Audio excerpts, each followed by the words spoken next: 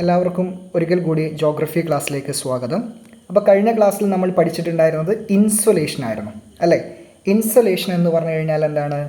സണ്ണിൽ നിന്ന് എനർജി, അല്ലെങ്കിൽ സണ്ണിൻ്റെ energy, temperature, ചൂടെന്ന് പറയുന്നത് ഷോർട്ട് വേവ്സ് ആയിട്ട് എർത്തിൻ്റെ സർഫേസിൽ എത്തുന്നു. ഇങ്ങനെ ഷോർട്ട് വേവ്സ് ആയിട്ട് എത്തുന്ന ആ റേഡിയേഷനെ വിളിച്ച പേരാണ് ഇൻസുലേഷൻ. ഇൻസുലേഷൻ നടക്കുമ്പോൾ അറ്റ്മോസ്ഫിയർ ചൂടാകുന്നുണ്ടോ? ചൂടാകുന്നില്ല. പകരം ആരാണ് ചൂടാകുന്നത്? എർത്തിൻ്റെ സർഫേസാണ് ചൂടാകുന്നത്. ഇനി എർത്തിൻ്റെ സർഫേസ് ചൂടായതിനു ശേഷം വ്യത്യസ്ത പ്രോസസ്സുകളിലൂടെ, അതായത് 4 പ്രോസസ്സുകളിലൂടെ പിന്നീട് ഈ വന്ന ചൂട് പിന്നീട് എന്ത് ചെയ്യാണ്? അറ്റ്മോസ്ഫിയറിലേക്ക് എത്തുകയും അറ്റ്മോസ്ഫിയറിനെ ചൂടാക്കുകയുമാണ് ചെയ്യുന്നത്. അപ്പോൾ ഇൻസുലേഷൻ വഴി ഡയറക്റ്റായിട്ട് ആര് ചൂടാകുന്നില്ല? അറ്റ്മോസ്ഫിയർ ചൂടാകുന്നില്ല. പകരം ഡിഫറെൻറ്റ് ഹീറ്റ് ട്രാൻസ്ഫർ പ്രോസസ്സുകളിലൂടെ, ഹീറ്റ് ട്രാൻസ്ഫർ ചെയ്യുന്ന വ്യത്യസ്ത പ്രോസസ്സുകളിലൂടെ പിന്നീടാണ് എന്ത് ചെയ്യുന്നത്? ഇൻസുലേഷന് ശേഷമാണ് പിന്നീട് എന്ത് ചെയ്യുന്നത്? അറ്റ്മോസ്ഫിയർ ചൂടാകുന്നത്. അത് 4 പ്രോസസ്സുകളാണ്. ആ 4 പ്രോസസ്സുകൾ ഏതാണെന്ന് പറഞ്ഞു കഴിഞ്ഞാൽ, ഒന്ന് കണ്ടക്ഷനാണ്, മറ്റൊന്ന് കൺവെക്ഷനാണ്, മറ്റൊന്ന് അഡ്വെക്ഷനാണ്, മറ്റൊന്ന് റേഡിയേഷനാണ്. ഈ റേഡിയേഷൻ എന്നിവിടെ ടെക്സ്റ്റിൽ എഴുതിയിട്ടുള്ളത് യഥാർത്ഥത്തിൽ ടെറസ്ട്രിയൽ റേഡിയേഷനെയാണ് വിളിക്കുന്നത്. അപ്പോൾ ഇത് ടെറസ്ട്രിയൽ റേഡിയേഷനാണ് ശരിക്കും കേട്ടോ. ഓക്കെ, അപ്പോൾ ഇങ്ങനെയാണ് നമ്മൾ കഴിഞ്ഞ ക്ലാസ്സിൽ അവസാനം പറഞ്ഞു നിർത്തിയിട്ടുണ്ടായിരുന്നത്. അതിൻ്റെ കൂട്ടത്തിൽ നമ്മൾ വേറെ ഒരു കാര്യം കൂടെ പറഞ്ഞിട്ടുണ്ടായിരുന്നു. ഇപ്പോൾ ഇൻസുലേഷൻ എന്ന് പറയുമ്പോൾ സണ്ണിൽ നിന്ന് എനർജി എന്ത് ചെയ്യാണ്? ഷോർട്ട് വേവ്സ് ആയിട്ട്, അല്ലെങ്കിൽ സണ്ണിൽ നിന്ന് റേഡിയേഷൻ ഷോർട്ട് വേവ്സ് ആയിട്ട് എത്തുന്നു എന്നാണ് പറഞ്ഞിട്ടുള്ളത്. ഓക്കെ, അപ്പോൾ എന്താണ് ഷോർട്ട് വേവ്സ്? നിങ്ങൾക്ക് ഇവിടെ ഷോർട്ട് വേവ്സും ലോങ് വേവ്സും എന്ന് പറഞ്ഞ 2 കാര്യങ്ങൾ കൊടുത്തിട്ടുണ്ട്. ഇതിനൊന്ന് ബേസിക്കലി മനസ്സിലാക്കി വെക്കേണ്ടത് വളരെ അനിവാര്യമാണ്.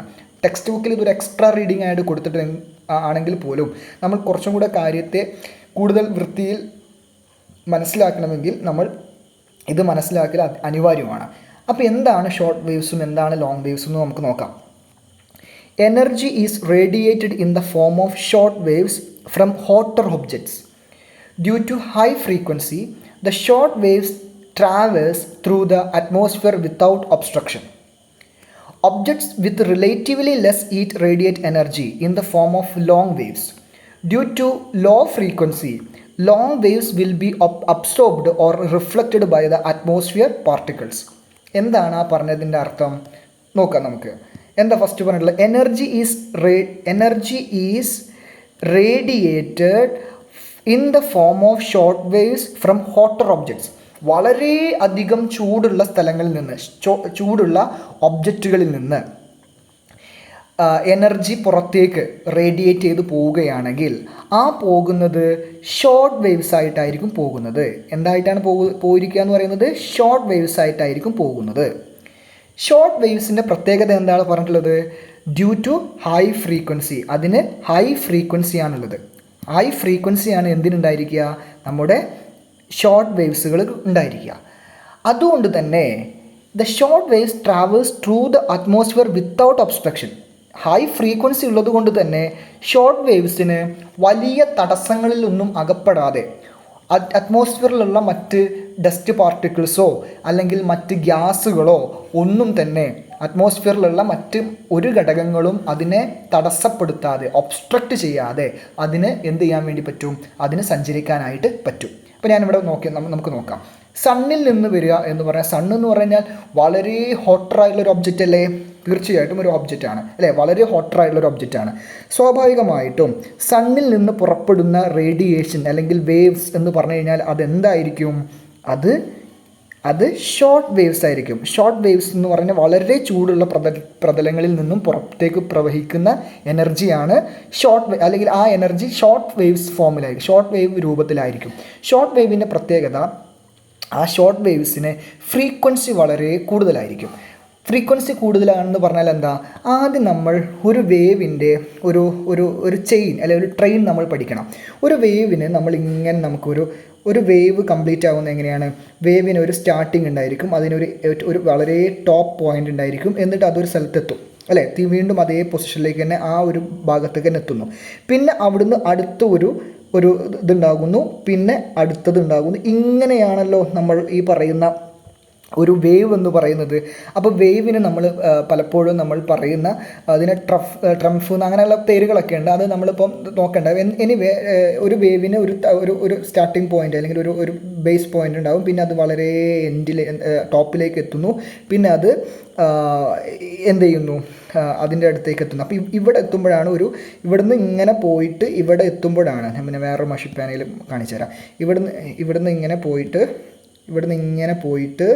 ഈ ടോപ്പിലെത്തി ഇവിടുന്ന് ഇങ്ങോട്ടേക്ക് എത്തുമ്പോഴാണ് ഒരു വേവ് അല്ലെങ്കിൽ ഒരു സൈക്കിൾ അല്ലെങ്കിൽ ഒരു ട്രെയിൻ കംപ്ലീറ്റ് ആവുന്നത്. പിന്നെ ഇത് ഇവിടുന്ന് അടുത്ത വേവ് സ്റ്റാർട്ട് ചെയ്യുന്നു അല്ലെങ്കിൽ അടുത്തൊരു സൈക്കിൾ സ്റ്റാർട്ട് ചെയ്യുന്നു. അങ്ങനെ ഇതാണ് ഒരു വേവിൻ്റെ അല്ലെങ്കിൽ ഒരു എന്താ പറയുക, വേവ് സൈക്കിൾ എന്ന് പറയുന്നത്. ഓക്കെ, അപ്പം ഷോർട്ട് വേവ്സ് ആണെങ്കിൽ അതെന്തായിരിക്കും? ഷോർട്ട് വേവ്സ് ഞാൻ വരയ്ക്കുകയാണെങ്കിൽ ഇപ്പോൾ ഇത് ഇങ്ങനെ വളരെ അടുത്തായിരിക്കും എന്തുണ്ടാവുക, ഇതിൻ്റെ ഒരു വേവ് ഉണ്ടാവുന്നു, അടുത്ത വേവ് ഉണ്ടാവുന്നു, ഇങ്ങനെ അടുത്തടുത്ത് വരുന്നതാണ് എന്തെന്ന് പറയുന്നത്, ഷോർട്ട് വേവ്സ് എന്ന് പറയുന്നത്. അപ്പോൾ ഷോർട്ട് വേവ്സിൻ്റെ പ്രത്യേകത എന്തായിരിക്കും?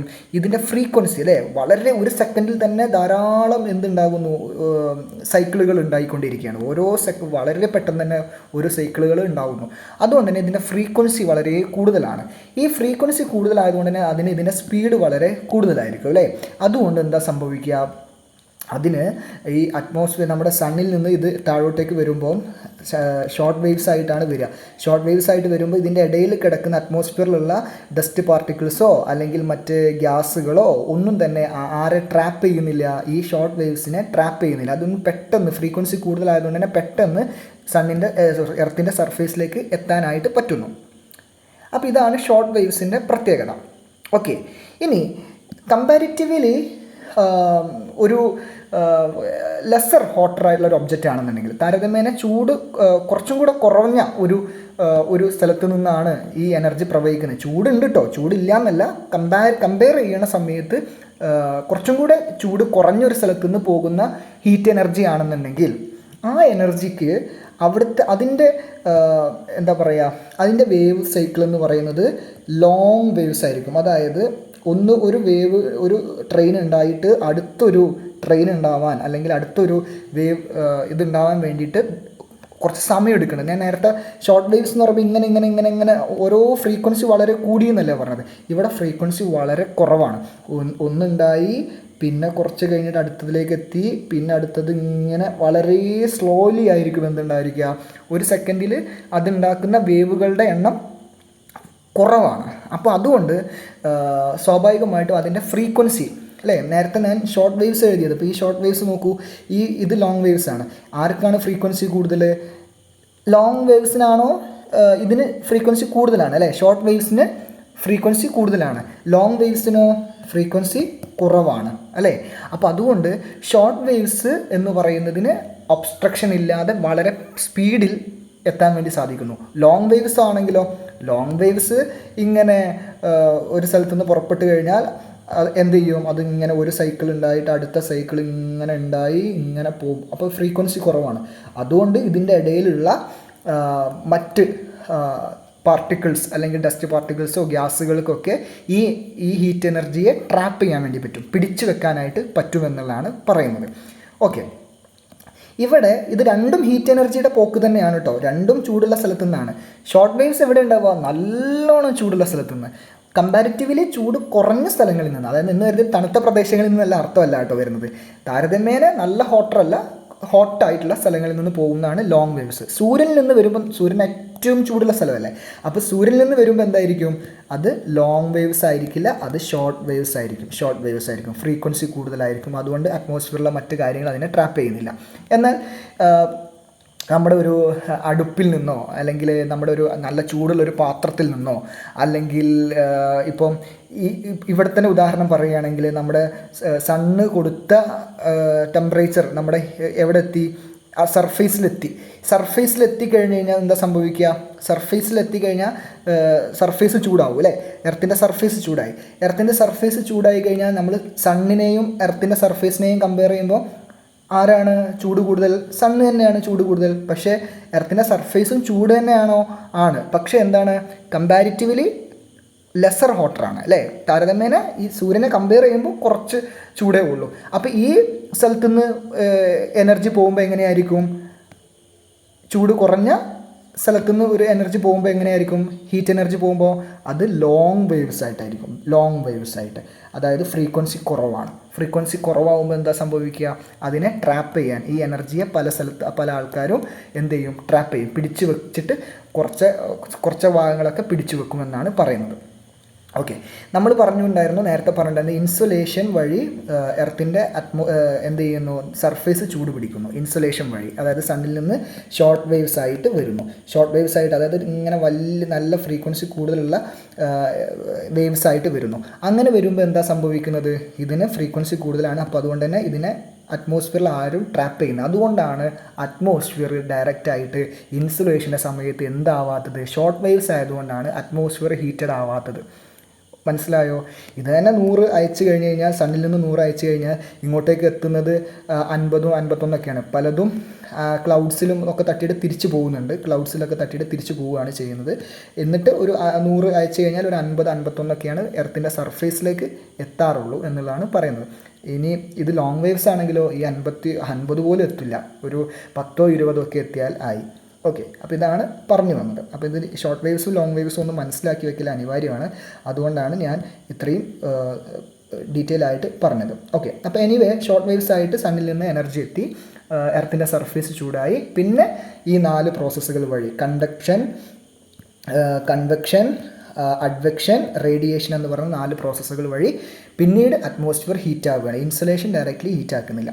ഓക്കെ, ഇനി എന്താണ് ഈ കണ്ടക്ഷനും, എന്താണ് ഈ കൺവെക്ഷനും, എന്താണ് ഈ അഡ്വെക്ഷനും, എന്താണ് ഈ റേഡിയേഷനും? റേഡിയേഷൻ എന്ന് പറഞ്ഞാൽ ടെറസ്ട്രിയൽ റേഡിയേഷനും എന്താണെന്നാണ് പറയുന്നത്. ഇതിന് കോമൺലി ഇത് എല്ലാം എന്താണ്? പ്രോസസ്സ് ഓഫ് ഹീറ്റ് ട്രാൻസ്ഫർ ആണ്, അല്ലേ? അറ്റ്മോസ്ഫിയറിനെ ഈ ചൂട് പിടിപ്പിക്കുന്ന ഹീറ്റ് ട്രാൻസ്ഫർ പ്രോസസ്സുകളാണ് ഈ 4. അപ്പോൾ ആദ്യം നമ്മൾ കണ്ടക്ഷൻ പറയുന്നു. അപ്പോൾ ആദ്യം കണ്ടക്ഷൻ പറയുക എന്ന് പറഞ്ഞു കഴിഞ്ഞാൽ എന്താണെന്ന് നമുക്ക് ആദ്യം നോക്കാം. ഇപ്പോൾ നമ്മുടെ സണ്ണിൽ നിന്ന് ഷോർട്ട് വേവ്സ് ആയിട്ട് ഇൻസുലേഷനായിട്ട് എന്ത് ചെയ്യുന്നു? നമ്മുടെ എർത്തിൻ്റെ സർഫേസ് ചൂടാകുന്നു. അപ്പോൾ ഇതാ ഞാൻ ഇവിടുത്തെ എർത്തിൻ്റെ സർഫേസ് ഇവിടെ വരയ്ക്കുകയാണ്. എർത്തിൻ്റെ സർഫേസ് ചൂടായി, ഇൻസുലേഷൻ വഴി എർത്തിൻ്റെ സർഫേസ് ചൂടായി. ഇനി ആര് ചൂടാവണം? ഇനി അറ്റ്മോസ്ഫിയർ ചൂടാവണം. ഇൻസുലേഷൻ വഴി അറ്റ്മോസ്ഫിയർ ചൂടായിട്ടില്ല. അപ്പോൾ അതിന് ഉള്ള ആദ്യത്തെ പ്രോസസ്സ് എന്ന് പറയുന്നത് കണ്ടക്ഷനാണ്. കണ്ടക്ഷൻ എന്താണെന്ന് നമുക്ക് വായിച്ചു നോക്കാം. Heat is transferred to the lower part of the atmosphere, which is directly in contact with the surface of the earth. Conduction എന്ന് പറഞ്ഞു കഴിഞ്ഞാൽ നിങ്ങൾ മനസ്സിലാക്കി വെക്കേണ്ടത്, ടച്ച് മൂലം, കോണ്ടാക്റ്റ് മൂലം മറ്റൊന്ന് ചൂടാവുകയാണ്. ചൂടുള്ള ഒന്നിനെ ടച്ച് ചെയ്യുന്നത് മൂലം മറ്റുള്ള ഒന്ന് ചൂടാവുന്നു. കോണ്ടാക്റ്റ് അല്ലെങ്കിൽ ടച്ച് എന്ന അർത്ഥത്തിൽ നിങ്ങൾ നോക്കി വെക്കാം. ഇവിടെ എർത്തിൻ്റെ സർഫേസ് എന്ത് ചെയ്തു? ചൂടായിക്കണല്ലോ. അപ്പോൾ ഇവിടെ എർത്തിൻ്റെ സർഫേസിനോട് കോണ്ടാക്റ്റ് ഉള്ള, എർത്തിൻ്റെ സർഫേസിനോട് ടച്ച് ചെയ്ത് നിൽക്കുന്ന കുറച്ച് എന്തുണ്ടായിരിക്കും? അറ്റ്മോസ്ഫിയറിൻ്റെ ചില പാർട്ടുകൾ ഉണ്ടാവും, അല്ലേ?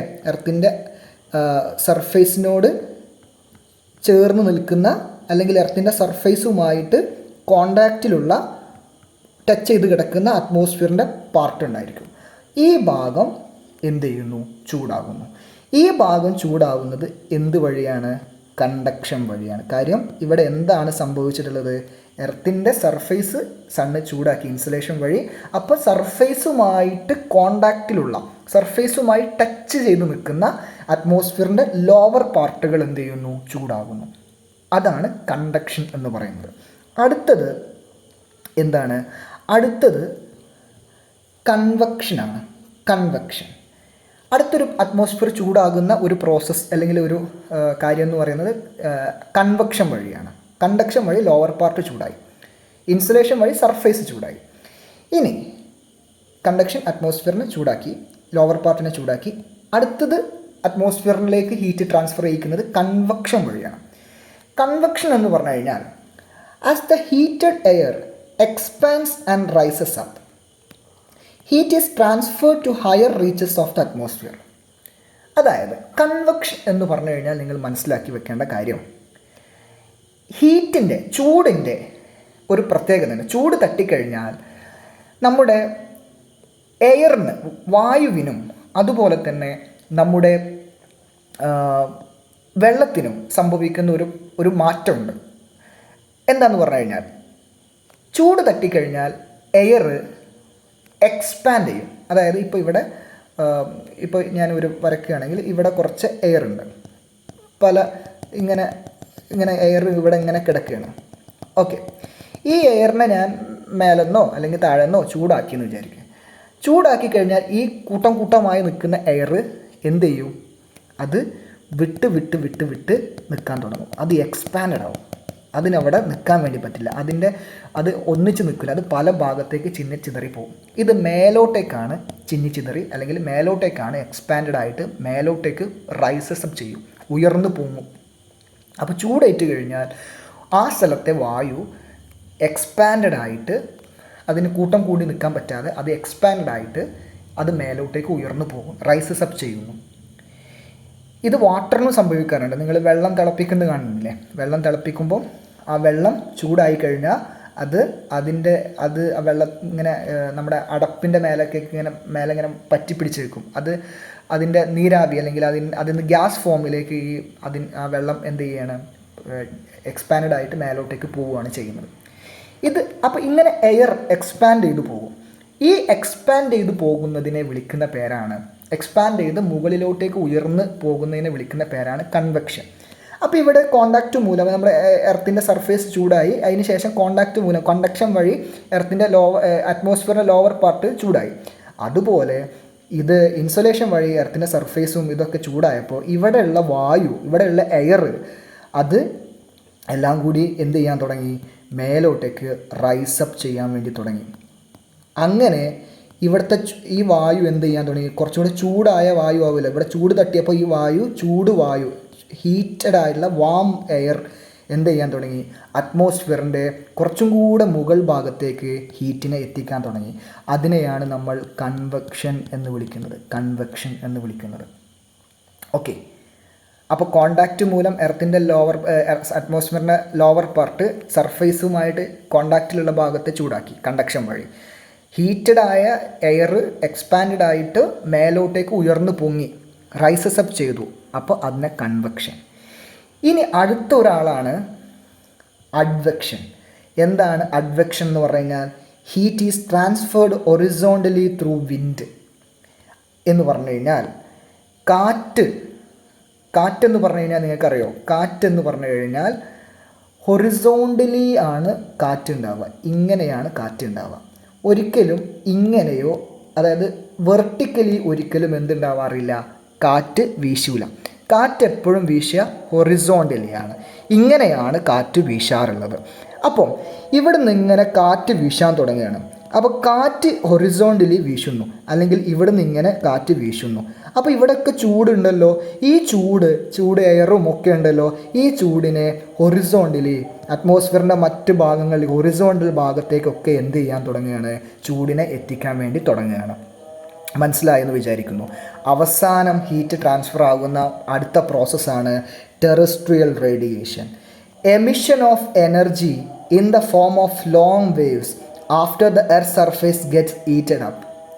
അതായത് എർത്തിൻ്റെ സർഫേസ് ചൂടായി കഴിഞ്ഞപ്പോൾ ഈ ചൂടായ ഭാഗത്ത് നിന്ന്, ഇപ്പോൾ ഒരു ഭാഗം ചൂടായി, എർത്തിൻ്റെ സർഫേസ് ചൂടായി അല്ലേ, ഈ ഭാഗം ചൂടായി, ഇവിടെ നിന്ന് ലോങ് വേവ്സ് ആയിട്ട് ഈ ചൂട് മേലോട്ടേക്ക് പോകുന്നുണ്ട്. അങ്ങനെ ലോങ് വേവ്സ് ആയിട്ട് പോകുന്ന ഈ ചൂടിനെ, അതായത് ഇൻസുലേഷൻ വഴി ഷോർട്ട് വേവ്സ് ആയിട്ട് എർത്തിൻ്റെ സർഫേസ് ചൂടായി. അപ്പോൾ ചൂടായപ്പോൾ എർത്തിൻ്റെ സർഫേസിൽ ചൂടായി കഴിഞ്ഞപ്പോൾ ആ സർഫേസിൽ നിന്ന് കമ്പാരിറ്റീവ്ലി ലെസർ ഹീറ്റഡ് ആയിട്ടുള്ള ഈ സർഫേസിൽ നിന്ന് എന്ത് ചെയ്യാണ്?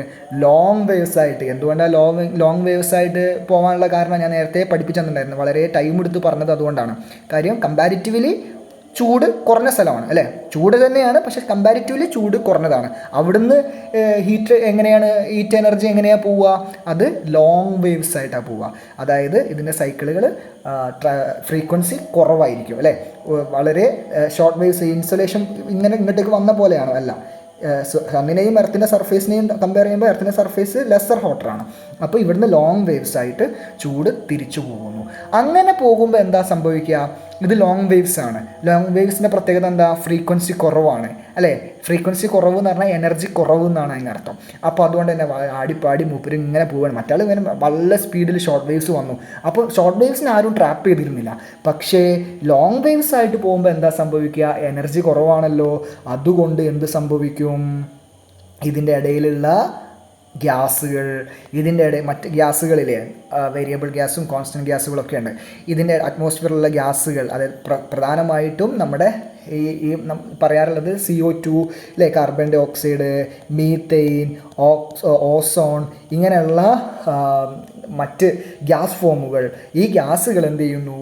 അതുപോലെ തന്നെ ഡസ്റ്റ് പാർട്ടിക്കിൾസ്, അറ്റ്മോസ്ഫിയറിലുള്ള പൊടിപടലങ്ങൾ, ഇങ്ങനെയുള്ള പല ആളുകളും എന്ത് ചെയ്യാണ്? ഈ ലോങ് വേവ്സ് ഈ ചൂടിനെ പിടിച്ചു വെക്കും. അപ്പോൾ അങ്ങനെയും എന്ത് ചെയ്യാണ്? പിന്നെ കുറച്ച് തിരിച്ചു പോകുന്നുണ്ട്. പക്ഷേ കുറേയൊക്കെ ആര് പിടിച്ചു വെക്കും? ഈ ഗ്യാസും ഈ ഇപ്പം നമ്മുടെ ഈ പറയുന്ന പോലെയാണെങ്കിൽ നമ്മുടെ നീരാവി എന്നൊക്കെ പറഞ്ഞാൽ നമ്മൾ ഇവാപ്പറേറ്റ് ചെയ്ത് എത്തുന്ന ഈ സംഗതികളുണ്ട്, വാപ്പറൈസേഷൻ വഴി എത്തുന്ന ആ ഇതൊക്കെ ഗ്യാസ് ഫോമുകളും ഒക്കെ എന്ത് ചെയ്യാണ്? ഇതിനെ പിടിച്ചു വെക്കും. ഇങ്ങനെ പിടിച്ചു വെക്കുമ്പോൾ ഡസ്റ്റ് പാർട്ടിക്കിൾസൊക്കെ പിടിച്ചു വെക്കും, ട്രാപ്പ് ചെയ്യുന്നു. അപ്പോൾ അതും അറ്റ്മോസ്ഫിയറിലേക്ക് എന്തെത്തിക്കുകയാണ്? ചൂടെത്തിക്കുകയാണ്. ഇവ പിടിച്ചു വെക്കുമ്പോൾ അറ്റ്മോസ്ഫിയറിലല്ലേ നടക്കുക. അപ്പോൾ അറ്റ്മോസ്ഫിയർ അങ്ങനെയും ചൂടാകുന്നു. അപ്പോൾ മനസ്സിലായെന്ന് വിചാരിക്കുക. ഇതാണ് ഹീറ്റ് ട്രാൻസ്ഫർ പ്രോസസ്സുകൾ പറയുന്നത്. നമുക്ക് ചെറിയൊരു കോളമാണ്, ചെറിയ കാര്യമാണ്, പക്ഷെ വലിയ ആശയങ്ങൾ നമ്മൾ മനസ്സിലാക്കി വെക്കേണ്ടതാണ്. അപ്പോൾ ഇൻസുലേഷൻ വഴി ഷോർട്ട് വേവ്സ് ആയിട്ട് എർത്ത് സർഫേസ് ചൂടായി. അപ്പോൾ അത് ഡയറക്റ്റ്ലി അറ്റ്മോസ്ഫിയറിനെ ചൂട് പിടിപ്പിച്ചിരുന്നില്ല. പിന്നീട് എർത്ത് സർഫേസിൽ നിന്ന് ചൂട് എന്ത് ചെയ്യാണ്? ഹീറ്റ് എന്ത് ചെയ്യാണ്? അറ്റ്മോസ്ഫിയറിലേക്ക് ട്രാൻസ്ഫർ ചെയ്യുകയാണ് ചെയ്യുന്നത്. ഓക്കെ, ഞാൻ അറ്റ്മോസ്ഫിയർ എന്ന് പറയുന്നത് ഇപ്പോൾ ഞാൻ ഇവിടെ വരച്ച ഇതാട്ടോ. അറ്റ്മോസ്ഫിയർ ഞാൻ ഉദ്ദേശിച്ചത് സണ്ണിൽ നിന്ന് എത്തിയ ഈ ഒരു റൗണ്ട് ചെയ്ത സ്ഥലം. അപ്പോൾ അതെങ്ങനെയാണ് അറ്റ്മോസ്ഫിയർ ചൂടായത്? ആദ്യം എർത്ത് സർഫേസിലേക്ക് ഇൻസുലേഷൻ വഴി എത്തിയത് കോണ്ടാക്റ്റുള്ള അറ്റ്മോസ്ഫിയറിൻ്റെ ലോവർ പാർട്ടിലേക്ക് കണ്ടക്ഷൻ വഴി. പിന്നീട് കൺവെക്ഷൻ, ഹീറ്റഡ് ആയിട്ടുള്ള എയർ മേലോട്ടേക്ക് ഉയർന്നു പൊങ്ങി, അത് കൺവെക്ഷൻ വഴി. പിന്നീട് ആര് വഴി? അഡ്വെക്ഷൻ. അതായത് അഡ്വെക്ഷൻ എന്ന് പറയുന്നത് എങ്ങനെയാണ്? അഡ്വെക്ഷൻ എന്ന് പറഞ്ഞു കഴിഞ്ഞാൽ നമ്മുടെ വിൻഡുകൾ അതിന് ഹൊറിസോണ്ടലായിട്ടാണ് വിൻഡുകൾ പോവാറുള്ളത്, ഹൊറിസോണ്ടലി എത്തിക്കുന്നു. പിന്നെ അവസാനം ലോങ് വേവ്സ് ആയിട്ട് ഈ എർത്തിൻ്റെ സർഫേസിൽ നിന്ന് തിരിച്ച് എനർജി പോവുകയാണ്. അങ്ങനെ പോകുമ്പോൾ അതിൻ്റെ ഇടയിലുള്ള ആരൊക്കെ? ഗ്യാസുകളും അതുപോലെ തന്നെ നമ്മുടെ ഈ പറയുന്ന ഡസ്റ്റ് പാർട്ടിക്കിൾസൊക്കെ ഇവയെ ട്രാപ്പ് ചെയ്യുന്നു. അങ്ങനെയും അറ്റ്മോസ്ഫിയർ ചൂടാകുന്നു. അപ്പോൾ ഇത് ഏതൊക്കെയാണ്? Conduction, convection, advection, terrestrial radiation. ഇത് മനസ്സിലായെന്ന് വിചാരിക്കുന്നു. ടെറസ്ട്രിയൽ റേഡിയേഷൻ എന്ന് പറഞ്ഞാൽ ഇത്രയും കാര്യങ്ങൾ മനസ്സിലായെന്ന് വിചാരിക്കുന്നു. ഇപ്പോൾ അതാ ഹീറ്റ് ബഡ്ജറ്റ് എന്ന് പറഞ്ഞൊരു കാര്യം കൊടുത്തിട്ടുണ്ട്. ഇൻസ്റ്റലേഷൻ വഴി എർത്തിൻ്റെ സർഫേസ് ചൂടാവുകയാണ്. എർത്തിൻ്റെ സർഫേസ് ഇതാ ഇങ്ങനെ ചൂടാകുന്നു, ഇത് ഇവിടേക്ക് എത്തുന്നു, ഇൻസ്റ്റലേഷൻ വഴി എത്തുന്നു. പിന്നെ അതിൽ തന്നെ കുറേയൊക്കെ 100 അയച്ചപ്പോൾ അതിൽ 35% തിരിച്ച് മേഘങ്ങളിലൊക്കെ തട്ടിയിട്ട് പോകുന്നുണ്ട്, ക്ലൗഡുകളൊക്കെ അബ്സോർബ് ചെയ്ത് വെക്കുന്നുണ്ട്. പിന്നെ ബാക്കി ഒരു 51 എത്തുന്നത്. അത് എന്ത് ചെയ്യാണ്? ടെറസ്ട്രിയൽ റേഡിയേഷൻ വഴി എന്ത് ചെയ്യാണ്? തിരിച്ചു പോവുകയാണ് ചെയ്യുന്നതെന്നാണ് പറയുന്നത്. അപ്പോൾ ഇത് ഒരു എക്സ്ട്രാ റീഡിങ്ങിനെ നിങ്ങൾ വായിച്ചാൽ മതി. അങ്ങനെ കാര്യമായിട്ട് അങ്ങനെ വായിക്കേണ്ട ഒരു കാര്യമൊന്നുമില്ല. എന്തായാലും നമുക്കിനി അടുത്തൊരു ഭാഗം കൂടി വായിച്ചിട്ട് ഇന്നത്തെ ഈ ഭാഗം നമുക്ക് നിർത്താം. എന്താണ് പറയുന്നത്? The re-radiation of energy in the form of long waves from the earth's surface is called terrestrial radiation. ഞാൻ പറഞ്ഞില്ലേ, ലോങ് വേവ്സ് ആയിട്ട് എർത്തിൻ്റെ സർഫേസിൽ നിന്ന് ലോങ് വേവ്സ് ആയിട്ട് എനർജി തിരിച്ചു പോകുന്നതിനെ, ഹീറ്റ് തിരിച്ചു പോകുന്നതിനെ, ചൂട് തിരിച്ചു പോകുന്നതിനെ വിളിക്കുന്ന പേരാണ് ലോങ് വേവ്സ് ആയിട്ട് പോകുന്നത്. റീറേഡിയേറ്റ് ചെയ്യുക, തിരിച്ച് സണ്ണിലേക്ക് തന്നെ തിരിച്ചു പോകുന്നതിനെ, റീറേഡിയേറ്റ് ചെയ്യുന്നതിനെ വിളിക്കുന്ന പേരാണ് ടെറസ്ട്രിയൽ റേഡിയേഷൻ, ലോങ് വേവ്സ് ആയിട്ട്. അപ്പോൾ ടെറസ്ട്രിയൽ റേഡിയേഷൻ എന്താണ്? അതെന്താണ്? അത് നമ്മളിവിടെ പറഞ്ഞില്ലേ, റേഡിയേഷൻ എന്ന് മാത്രം എഴുതുന്നതിന് പകരം ടെറസ്ട്രിയൽ റേഡിയേഷൻ എന്ന് എഴുതാം. അപ്പോൾ ഈ ടെറസ്ട്രിയൽ റേഡിയേഷൻ ലോങ് വേവ്സ് ആയിട്ട് പോകുന്നത് എന്തിനെ പിടിക്കുന്നുണ്ട്? നമ്മുടെ അറ്റ്മോസ്ഫിയറിനെ ചൂടാക്കുന്നുണ്ട്. അപ്പം ഇൻസുലേഷൻ വഴി എർത്തിൻ്റെ സർഫേസിലേക്ക് എനർജി എത്തി, ടെറസ്ട്രിയൽ റേഡിയേഷൻ വഴി തിരിച്ച് സണ്ണിലേക്ക് തന്നെ ഈ എനർജി പോകുന്നു. പോകുന്നതിൻ്റെ ഇടയിൽ അറ്റ്മോസ്ഫിയറിലെ ചില ആൾക്കാർ ഇവയെ പിടിച്ചു വെക്കുന്നുണ്ട്. ഇങ്ങോട്ടേക്ക് വന്നത് ഷോർട്ട് വേവ്സ് ആണെങ്കിൽ തിരിച്ചു പോകുന്നത് ലോങ് വേവ്സ്. കാര്യം എന്താ? കമ്പാരിറ്റീവ്ലി സണ്ണാണ് ഏറ്റവും കൂടുതൽ ചൂടുള്ളത്. ആ ചൂടും നമ്മുടെ എർത്തിൻ്റെ സർഫേസുള്ള ചൂടും തമ്മിൽ കമ്പയർ ചെയ്യുമ്പോൾ ആരാണ്? സണ്ണാണ്. കാര്യം സണ്ണ് കൊടുത്ത ചൂടുകൊണ്ടാണ് എർത്തിൻ്റെ സർഫേസിനെ ചൂടായിട്ടുള്ളത്. അപ്പോൾ കമ്പാരിറ്റീവ്ലി ലെസർ ഹോട്ടറാണ് എർത്തിൻ്റെ സർഫേസ്, എന്നാലും ഹോട്ടർ തന്നെയാണ്. അപ്പോൾ തിരിച്ചു പോകുന്നത് ലോങ് വേവ്സ് ആയിട്ട്, ഇങ്ങോട്ടേക്ക് വന്നത് ഷോർട്ട് വേവ്സ് ആയിട്ട്. അപ്പോൾ അങ്ങോട്ട് തിരിച്ചു പോകുമ്പോൾ എന്താ സംഭവം, നമ്മൾ പറഞ്ഞ കാര്യങ്ങൾ തന്നെയാണ് ഈ വായിക്കുന്നത്. The absorption of terrestrial radiation by the atmospheric gases such as carbon dioxide, അല്ലേ, കാർബൺ ഡൈ ഓക്സൈഡ് പോലെയുള്ള പല ഗ്യാസസുകളും അറ്റ്മോസ്ഫിയറിലുള്ള ഗ്യാസസുകളും എന്ത് ചെയ്യാണ്, ഈ പറയുന്ന തിരിച്ചു പോകുന്ന ടെറസ്ട്രിയൽ റേഡിയേഷനെ അബ്സോർബ് ചെയ്യുന്നു, പിടിക്കുന്നു, ട്രാപ്പ് ചെയ്യുന്നു, അല്ലേ. മുഴുവൻ ട്രാപ്പ് ചെയ്യുന്നില്ല, കുറേയൊക്കെ ട്രാപ്പ് ചെയ്യുന്നു. അങ്ങനെ അത് എന്ത് ചെയ്യുന്നു, നമ്മുടെ അറ്റ്മോസ്ഫിയറിനെ ഹീറ്റഡ് ആക്കുന്നു. Okay, this ഫിനോമിൻ is termed as green house effect. ഈ ഫിനോമിനെ നമ്മൾ വിളിക്കുന്ന പേരാണ് ഗ്രീൻ ഹൗസ് ഇഫക്റ്റ് എന്ന്. ഗ്രീൻ ഹൗസ് ഇഫക്റ്റ് എന്ന് പറഞ്ഞാൽ എന്താ, തിരിച്ച് എർത്തിൻ്റെ സർഫേസിൽ നിന്ന് ലോങ് വേവ്സ് ആയിട്ട് പോകുന്ന ടെറസ്ട്രിയൽ റേഡിയേഷനെ അറ്റ്മോസ്ഫിയറിലുള്ള ചില ഗ്യാസുകൾ പിടിച്ചു വെക്കുന്നു, അബ്സോർബ് ചെയ്യുന്നു. അതിനെ വിളിക്കുന്ന പേര് കാർബൺ ഡൈ ഓക്സൈഡ് പോലെയുള്ള വേരിയബിൾ ഗ്യാസസ് അതിനെ പിടിച്ചു വെക്കുന്നു. വേരിയബിൾ ഗ്യാസസ് എന്ന് പറഞ്ഞു കഴിഞ്ഞാൽ കൂടുതൽ ഗ്യാസുകൾ നമുക്ക് രണ്ടായിട്ട് തരംതിരിക്കാം. വേരിയബിൾ ഗ്യാസ് ഉണ്ട്, കോൺസ്റ്റൻറ്റ് ഗ്യാസ് ഉണ്ട്. കോൺസ്റ്റൻറ്റ് ഗ്യാസുകൾ എന്ന് പറഞ്ഞാൽ എന്താ, സ്ഥിരമായിട്ട് ഒരേ അളവിലുള്ള ഗ്യാസുകൾ, അത് കൂടുകയോ കുറയുകയോ ചെയ്യുന്നില്ല. എന്നാൽ വേരിയബിൾ ഗ്യാസസുകളാണ് കാർബൺ ഡൈ ഓക്സൈഡൊക്കെ. കാർബൺ ഡൈ ഓക്സൈഡിൻ്റെയൊക്കെ പ്രത്യേകത അത് അറ്റ്മോസ്ഫിയറിൽ കൂടാം കുറയാം. മനുഷ്യൻ്റെയൊക്കെ പ്രവൃത്തി മൂലം, അല്ലെ, കൂടുതൽ വാഹനങ്ങളിൽ നിന്നൊക്കെ പുറത്തേക്ക് തള്ളുന്ന ഈ പെട്രോളിയത്തിൻ്റെയൊക്കെ പുറത്തേക്ക് തള്ളുന്ന പുകയും, അല്ലേ, അതൊക്കെ കാർബൺ ഡൈ ഓക്സൈഡിനാണ് പുറത്തേക്ക് തള്ളുന്നത്. മരങ്ങൾ വെട്ടി നശിപ്പിച്ച് കഴിഞ്ഞാൽ, അതുപോലെ തന്നെ നമ്മൾ കൂടുതൽ ഫാക്ടറികളൊക്കെ പണിത് കഴിഞ്ഞാൽ അതിന് പുറത്തേക്ക് പോകുന്ന ഈ ഫോസിൽ ഫ്യൂവൽസ് കത്തിയിട്ട് പുറത്തേക്ക് കാർബൺ ഡൈ ഓക്സൈഡ് ധാരാളം എത്തുമ്പോൾ അത് വാരി ചെയ്യാം. അപ്പം അതിൻ്റെ അളവ് കൂടാം. എന്നാൽ ഇതൊക്കെ ഇല്ലാത്തൊരു സമയത്ത് അതിൻ്റെ അളവ് കുറയാം. ലോക്ക്ഡൗൺ സമയത്തൊക്കെ, കോവിഡിൻ്റെ ലോക്ക്ഡൗൺ സമയത്തൊക്കെ ഇത് കുറഞ്ഞിട്ടുണ്ടായിരുന്നു. അപ്പോൾ കാർബൺ ഡൈ ഓക്സൈഡിൻ്റെ അളവ്, അല്ലെങ്കിൽ ഈ പറയുന്ന വേരിയബിൾ ഗ്യാസസുകളുടെ അളവ് കൂടുകയും കുറയുകയും ചെയ്യാം. അപ്പോൾ ഇവ കൂടുതലുണ്ടെങ്കിൽ എന്താണ്, കൂടുതൽ ഹീറ്റിനെ, തിരിച്ചു പോകുന്ന ഹീറ്റിനെ കൂടുതൽ പിടിച്ചു വെക്കും. കുറച്ചാണെങ്കിലോ കുറച്ചേ പിടിച്ചു വെക്കുള്ളൂ. ഇത് ശരിക്കും പിടിച്ചു വെക്കുന്നത് നല്ലതാണ്. ഗ്രീൻ ഹൗസ് ഇഫക്റ്റ് ബേസിക്കലി നല്ലൊരു കാര്യമാണ്. കാര്യം എന്താ, നമ്മുടെ നാട്ടിലെ ചെടികളും അതുപോലെ തന്നെ മറ്റ് വെജിറ്റേഷൻസും നമുക്കുമൊക്കെ ചൂട് വേണം, അല്ലേ, വളരാനൊക്കെ ചൂട് വേണം. ചെടികൾ വളരാനും, അല്ലേ, കൃഷിക്കൊക്കെ ചൂട് വേണം. അങ്ങനെ നോക്കുമ്പോൾ ഈ ഗ്യാസുകൾ ഉള്ളതുകൊണ്ടാണ് ഈ ചൂടിനെ പിടിച്ചു വെച്ചിട്ട് നമുക്കിതൊക്കെ കിട്ടുന്നത്. എന്നാൽ കൂടുതൽ ഗ്യാസുകൾ ഉണ്ടെങ്കിൽ, മനുഷ്യൻ്റെ പ്രവൃത്തി മൂലം കൂടുതൽ ഈ കാർബൺ ഡൈ ഓക്സൈഡ് പോലുള്ള വാതകങ്ങളെ നമ്മൾ പുറത്തേക്ക് വിടുകയാണെങ്കിലോ അവ കൂടുതൽ എന്ത് ചെയ്യും, ഈ തിരിച്ചു പോകുന്ന ചൂടിനെ പിടിച്ചു വെക്കും. അങ്ങനെ കൂടുതൽ ചൂടിനെ പിടിച്ചു വെച്ച് കഴിഞ്ഞാൽ എന്താ സംഭവിക്കുക, ഗ്രീൻ ഹൗസ് ഇഫക്റ്റ് നമുക്ക് നേരെ ഓപ്പോസിറ്റായിട്ട് നമ്മളെ ബാധിക്കും. ഭൂമിയിൽ ചൂട് കൂടും. അതിനെയാണ് നമ്മൾ ഗ്ലോബൽ വാർമിംഗ് എന്ന് പറയാം. നമുക്ക് ജീവിക്കാൻ പറ്റാത്ത അത്രയും ചൂട് ഭൂമിയിലാവും. അപ്പോൾ ഗ്രീൻ ഹൗസ് ഇഫക്റ്റ് നല്ല നമുക്ക് ആവശ്യമാണ്. പക്ഷേ ഇങ്ങനെയുള്ള ഈ ഗ്രീൻ ഹൗസ് ഗ്യാസസുകൾ, ഇവയെ നമുക്ക് കാർബൺ ഡൈ ഓക്സൈഡ്, മീഥെയിൻ, നമ്മൾ ക്ലോറോഫ്ലൂറോ കാർബൺ എന്നൊക്കെ പറയും, CFC എന്നൊക്കെ പറയും. ഇവയൊക്കെ ഈ പറയുന്ന ഗ്രീൻ ഹൗസ് ഗ്യാസസുകളാണ്. ഈ ഗ്യാസസുകൾ കൂടിക്കഴിഞ്ഞാൽ നമുക്ക് ഗ്രീൻ ഹൗസ് ഇഫക്റ്റും കൂടും. അപ്പോൾ ഗ്ലോബൽ വാർമിങ്ങിലേക്ക് എത്തും, ചൂട് കൂടും. അപ്പോൾ ഇത് മിതമായ അളവിൽ നിൽക്കണം. അല്ല, നമ്മൾ ഓസോൺ പാളി എന്നൊക്കെ കേട്ടിട്ടില്ല, ഓസോൺ ലെയർ എന്നൊക്കെ. ഓസോണൊക്കെ ഈ പറയുന്ന ഒരു ഗ്രീൻ ഹൗസ് ഗ്യാസാണ്. അപ്പോൾ അതിനൊരു ലെയറുണ്ട്. ആ ലെയറിലേക്ക് എന്താണ് ഈ പറയുന്ന ഗ്യാസുകൾ ഇത് പിടിച്ചു വെക്കുമ്പോൾ ഗ്രീൻ ഹൗസ് ഇഫക്റ്റ് കൂടും. ഗ്രീൻ ഹൗസ് ഇഫക്റ്റ് കൂടിയാൽ ചൂട് കൂടും. എന്നാൽ ഇത് കുറവാണെങ്കിലോ നമുക്കിതിനെ പിടിച്ചു വെക്കുന്നതിൻ്റെ അളവ് കുറയും. നമുക്ക് ആവശ്യമുള്ള ചൂട്, ശരിക്കും ഭൂമിയിൽ ചൂട് നിലനിർത്താൻ സഹായിക്കുന്ന ഒന്നാണ്. പക്ഷെ ഇത് കൂടുതലായിട്ട് നിലനിർത്തുമ്പോൾ നമുക്കത് ദോഷകരമായി വരികയാണ്. അപ്പോൾ അതിന് വേണ്ടിയിട്ട് നമ്മൾ എന്ത് കുറയ്ക്കുക, ഈ ഗ്യാസുകൾ നമ്മൾ കുറയ്ക്കുക. Almost entire energy reaching the earth as insolation is radiated back every day. Thus the surface temperature of the earth remains balanced without becoming extremely hot or cold. എന്താ പറഞ്ഞിട്ടുള്ളത്, നമ്മുടെ ഭൂമിയിലേക്ക് എന്ത് ചെയ്യുന്നു, ഇൻസൊലേഷൻ വഴി ചൂടെത്തുന്നു. അത് തിരിച്ച് എന്ത് ചെയ്യുന്നു, എർത്തിൻ്റെ സർഫേസിൽ നിന്ന് ആ ചൂട് തിരിച്ച് സണ്ണിലേക്ക് തന്നെ തിരിച്ചു പോകുന്നു. അപ്പോൾ അങ്ങനെ സംഭവിക്കുമ്പോൾ എന്താ സംഭവിക്കുന്നത്, ഇൻസുലേഷൻ വഴി ഇങ്ങോട്ടേക്ക് ചൂടെത്തി, ടെറസ്ട്രിയൽ റേഡിയേഷൻ വഴി അങ്ങോട്ടേക്ക് ചൂട് തിരിച്ചു പോയി. അപ്പോൾ ഇതിൻ്റെ ഇടയിൽ എന്തുണ്ട്, ഇപ്പോൾ 100 ഇങ്ങോട്ടേക്ക് അയച്ചതെങ്കിൽ ഒരു 50 ഇങ്ങോട്ടേക്ക് എത്തി. തിരിച്ച് നമ്മൾ ആവശ്യങ്ങൾക്കൊക്കെ ഉപയോഗിച്ച് അറ്റ്മോസ്ഫിയറിലൊക്കെ തങ്ങിയിട്ട് കുറച്ച് ബാക്കി കാര്യങ്ങൾ എന്ത് ചെയ്യുന്നു, അങ്ങോട്ടേക്ക് തന്നെ തിരിച്ചു പോകുന്നു. അപ്പോൾ ഇത് അല്ലേ, പകൽ സമയം ഇൻസുലേഷൻ വഴി ചൂടെത്തുന്നു. രാത്രിയാകുമ്പോൾ, അല്ലെങ്കിൽ രാത്രി എന്നല്ല, ഇത് തിരിച്ചെത്തി കഴിഞ്ഞാൽ പിന്നെ അതേപോലെ തന്നെ ഇവിടുന്ന് അങ്ങോട്ടേക്ക് പോകുന്നുണ്ട്. രാത്രിയാകുമ്പോൾ ഇത് കൂടും. ടെറസ്ട്രിയൽ റേഡിയേഷൻ രാത്രിയാകുമ്പോൾ വളരെ കൂടും. ഓക്കെ, ഇൻസൊലേഷൻ പകൽ സമയത്ത് വളരെ ആക്റ്റീവായിരിക്കും, വളരെ കൂടുതലായിരിക്കും. രാത്രിയാകുമ്പോൾ എന്താണ്, ടെറസ്ട്രിയൽ റേഡിയേഷനാണ് കൂടുതൽ ആക്റ്റീവ് ആവുക. രണ്ടും സംഭവിക്കുന്നുണ്ട്. പക്ഷേ രാത്രിയാകുമ്പോൾ കുറച്ചും കൂടെ ടെറസ്ട്രിയൽ റേഡിയേഷൻ ആക്റ്റീവ് ആവും, അല്ലേ, ചൂട്.